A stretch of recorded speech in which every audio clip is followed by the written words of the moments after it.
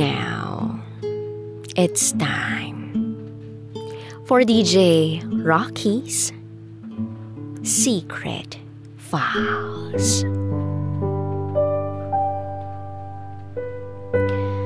Gusto ko nang sumuko, pero duwag ako. Hi, DJ Rocky. I badly need advice. Itago mo ko sa pangalang Eli, at ito ang aking secret file. Nagsimula ang lahat noong year 2014 nang maging magkatrabaho kami ni Chris sa isang theme park.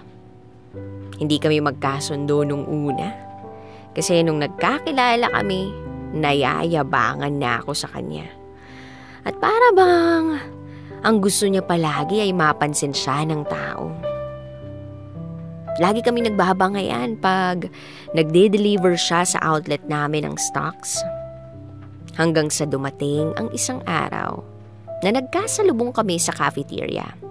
Palabas na ako at siya naman ay papunta ng banyo. Binati niya ako. Binati ko rin naman siya pabalik. At nagsalita siya ng, "Oy Eli, kumain ka na?" Sumagot naman ako ng, "Oo, papunta na ako ng smoking area. Ikaw ba?" At sumagot siya ng, "Hindi pa nga eh. Wala kasi akong pera." Napaisip ako. May sobra naman akong dalang pagkain dahil hindi ko nakasabay ng break time yung best friend ko na si Jace. Naisip ko, ibigay ko na lang sa kanya kaysa naman masira. So ang sabi ko kay Chris, "Oh, iyon na lang. Di ko naman kasabay si Jace, baka masira lang." Nagpasalamat sa akin si Chris. At ang sabi ko lang, "You're welcome."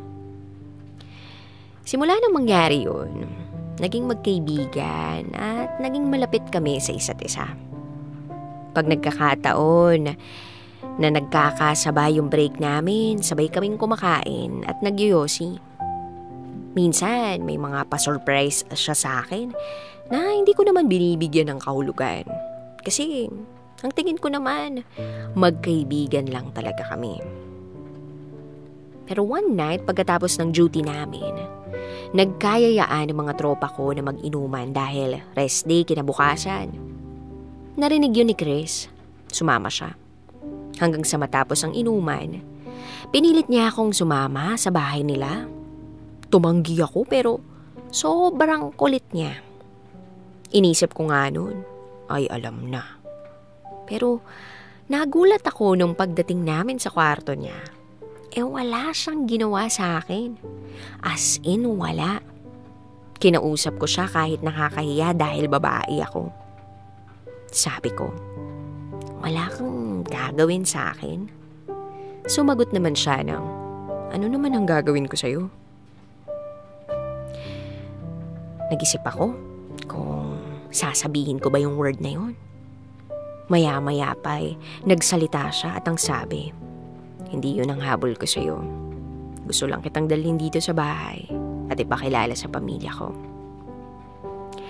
Pagkatapos ng pangyayaring yun, naging kami ni Chris. Ayun, nagsimula na siyang magkwento ng buhay niya. Nalaman kong magulo ang pamilya niya. Hiwalay ang mga magulang niya. Galit siya sa tatay niya to the point na sinusumpa niyang sarili niyang ama. Walang pakialam sa kanya ang mga magulang niya.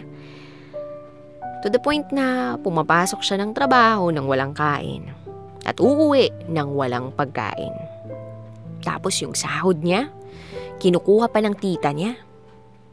Awang-awa ako sa sitwasyon niya. Kaya ako na lang sumasagot ng pagkain niya nang malaman ko yun. Sinusundo niya naman ako sa bahay bago pumasok para makakain. Dinadalhan ko ng baon at hinahatid ako sa gabi para makakain uli siya. Masaya naman yung pagsasama namin nung una. Pinilit ko siyang makipagbati sa tatay niya. Pero hindi ko alam na yung pagbabati nilang yun ang magiging simula ng kalbaryo ng buhay ko sa piling niya. Year 2016, nagsama kami. Dito ako mas nahirapan sa sitwasyon. Ang tamad niyang magtrabaho. Tinutulungan ko siyang maghanap ng trabaho pero pag nakahanap siya, lagi siyang natatanggal. Factor din kasi yung mga pinsan niya na pag niyayaya siya para mag-inom, sumasama talaga siya. Dumating pa nga yung time na mas pinili niyang mag-inom kasama ng mga pinsan niya kesa sa pumasok sa trabaho. Kaya kinabukasan, natanggal siya sa trabaho. Dumarating din yung puntong, okay naman kaming dalawa pero once na nagpaalam siya na pupunta sa mga pinsan, tita, tatay niya, pag-uwi niya ng bahay, galit siya at minumura pa ako. Kinausap ko na rin siya tungkol sa trato niya sa akin. Sinubukan ko nang makipag-iwalay pero sabi niya, magbabago raw siya. Nagbago naman siya. Naganap ng trabaho. Pero ilang buwan lang, natanggal uli. Dahil pa rin sa buyo ng mga pinsan niyang, huwag ka nang pumasok. Huwag ka nang magpaalam kay Eli. Tara na, minsan lang to. Ay. Then year 2017, nabuntis ako nang walang trabaho si Chris. Tuwang-tuwa nga ako noon kasi gusto ko nang magkaanak. Pero dahil wala ngang trabaho si Chris at ako lang ang may gusto, nagigipit din talaga. Kahit pa manager ng fast food chain ang trabaho ko, kapos pa rin dahil ako lahat ang nagastos. Pagkain, bills, check-up, at tulog sa motor. Kaya nga minsan pati cravings ko hindi ko na nasusunod. Simple lang ang cravings ko nung nabuntis ako. Biskwit at lumpiang toge lang. Pero hindi ako pinapayagan ni Chris bumili. Ikaw lang naman ang nagugutom, hindi si baby. Yun ang lagi niyang sinasabi sa akin. Kaya tinitiis ko na lang. Dumating pa yung araw na nalaglag ang baby ko. Sinisi pa ako ng ilang kamag-anak ni Chris kung bakit nalaglag. Trabaho kasi ng trabaho, alam namang buntis. Ganon yung mga pinagsasabi sa akin. Hindi ko na lang sinasagot. Kasi stress din ako sa nangyari. So napilitan si Chris na magtrabaho dahil naka-maternity leave ako. Grabe ang naranasan ko kay Chris nang siya lang ang nagtatrabaho. Iiwan niya ako ng walang pagkain. Wala, kahit piso. Lagi niya na akong sinisigawan at minumura pag pagod siya. Sinasabihang tamad, kahit malinis naman ang bahay pag uuwi siya. Hindi na-appreciate ang mga efforts ko. The moment nang bumalik ako ng trabaho, siya umalis sa trabaho niya. Then year 2018, nabuntis ako ulit. Lumipat ako ng trabaho. Pinilit ko rin siyang magtrabaho. Nagtrabaho naman siya. At sa hindi inaasahang pagkakataon, nalaglag na naman ang dinadala ko.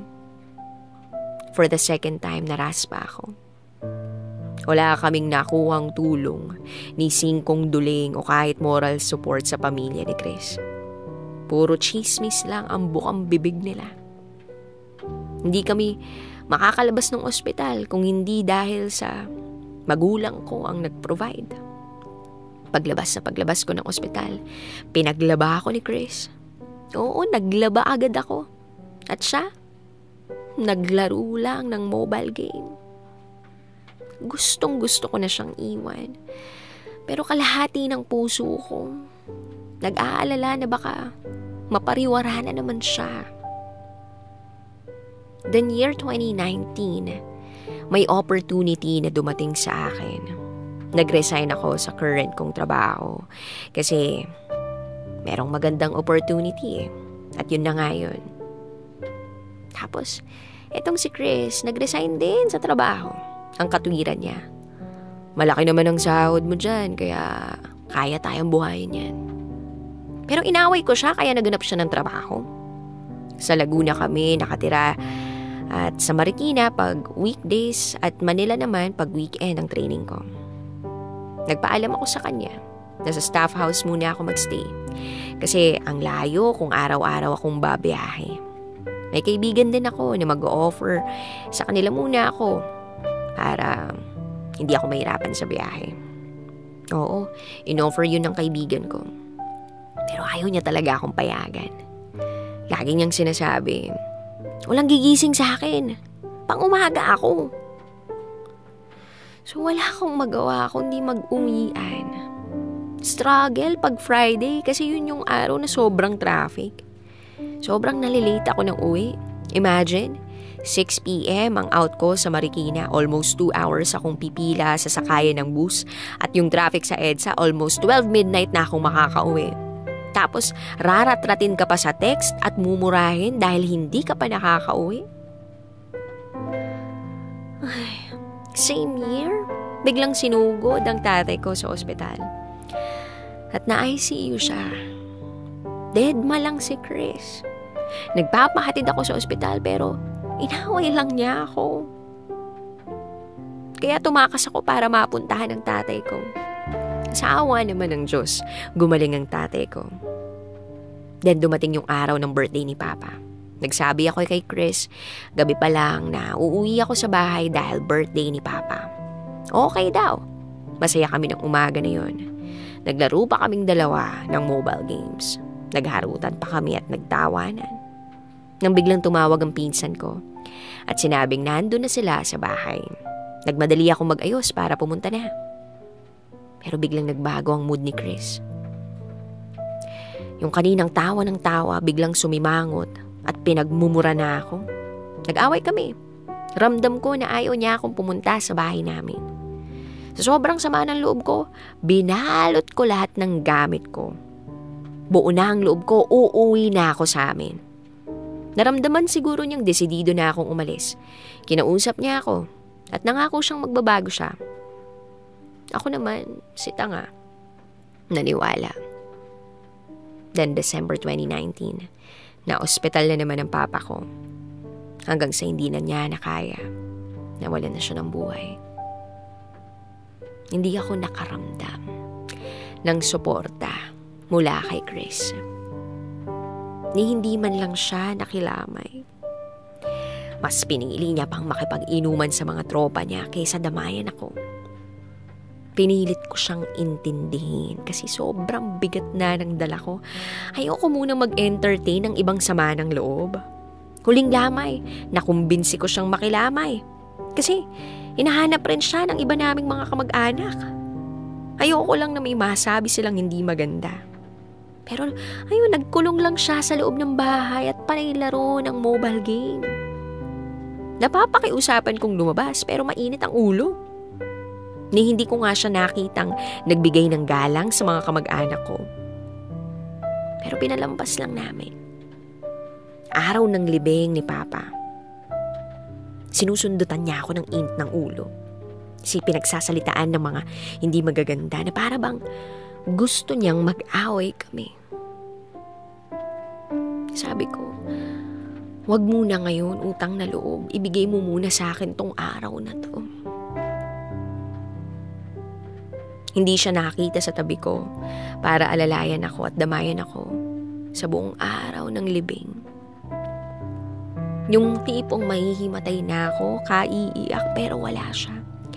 Nandun sa ilalim ng puno nagyoyosi. Pinalampas ko na lang.